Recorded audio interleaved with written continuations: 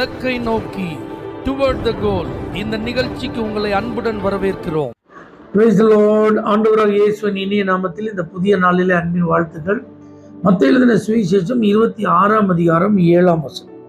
ஒரு ஸ்திரீ விலையேற பெற்ற பரிமள தைலம் உள்ள வெள்ளைக்கல் பரணியை கொண்டு வந்து அவர் போஜன பந்தியில் இருக்கும்போது அந்த தைலத்தை அவர் சிரசின் மேல் ஊற்றினார்.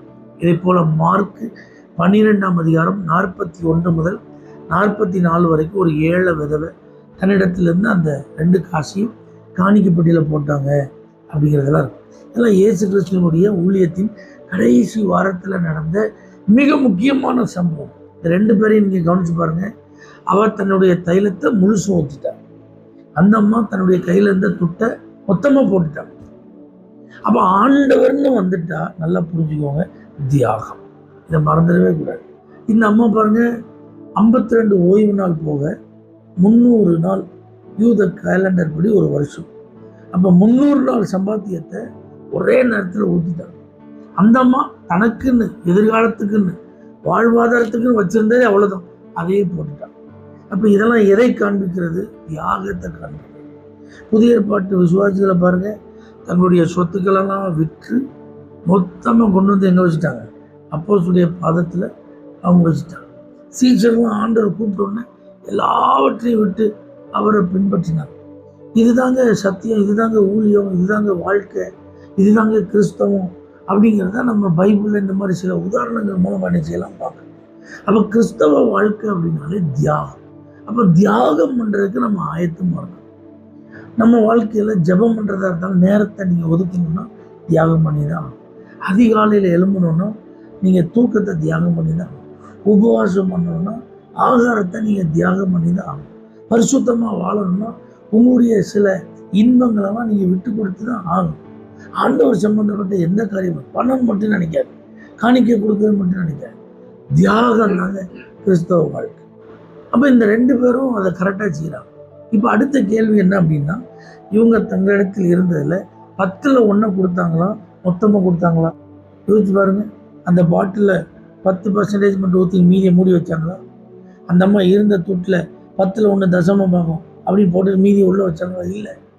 அப்போது டைத்திங்காக டோட்டலாக அப்படின்னு பார்த்தா டோட்டல். புதிய ஏற்பாடில் இந்த கொடுக்கறது அப்படின்னு வரும்போது நல்லா தெரிஞ்சுக்கோங்க, 10ல் 1 அப்படின்னு நின்றுட்டு இருக்காதிங்க, முழுசாக கொடுக்குறது தான். அதனால தான் பைபிள் சொல்லுது, உற்சாகமாய் கொடுக்குறவர்களிடத்தில் மனப்பூர்வமாய் கொடுங்க. கட்டாயமாக கிடையாது, விசனத்தோடு கிடையாது, மனதில் தீர்மானம். தேவைகள் இவ்வளோ இருக்குது, ஏன்ட்ட இவ்வளோ இருக்குது, நான் என்ன கொடுக்க போகிறேன், இதுதாங்க நீங்கள் தீர்மானித்து செய்ய வேண்டிய ஒரு காரியம். 10ல் 1 கொடுக்கறது ஆரம்ப நிலை. இருக்கிற எல்லாத்தையும் கொடுக்கறது நிரந்தரமாக நம்ம கடைசியாக வந்து நிற்க வேண்டிய நிலை. ஸ்டார்டிங் அப்படிங்கிறது தான் டைத்திங். ஸ்டேயிங் அப்படின்னு வரும்போது டோட்டல். அப்போ இந்த பாடுகள், அவருடைய மரணம், உயிர்த்தல் அதெல்லாம் தியானிச்சுட்டு இருக்கிறோம். இயேசு நமக்காக தன்னையே தியாகம் செய்தார். தன்னிடத்தில் இருந்த முழு ரத்தத்தையும் சிந்தித்தார். தன்னுடைய ஜீவனை முழுசாக கொடுத்தார். தன்னுடைய வாழ்க்கையவே நமக்காக அர்ப்பணித்தார். இப்படி பைபிள் ஃபுல்லாக பாருங்கள், தியாகம், முழுமை. அப்போ இந்த நாட்களில் நான் தியாகம் பண்ணணும், முழுமையாக கர்த்தருக்கு எதை கொடுத்தாலும் செய்யணும்.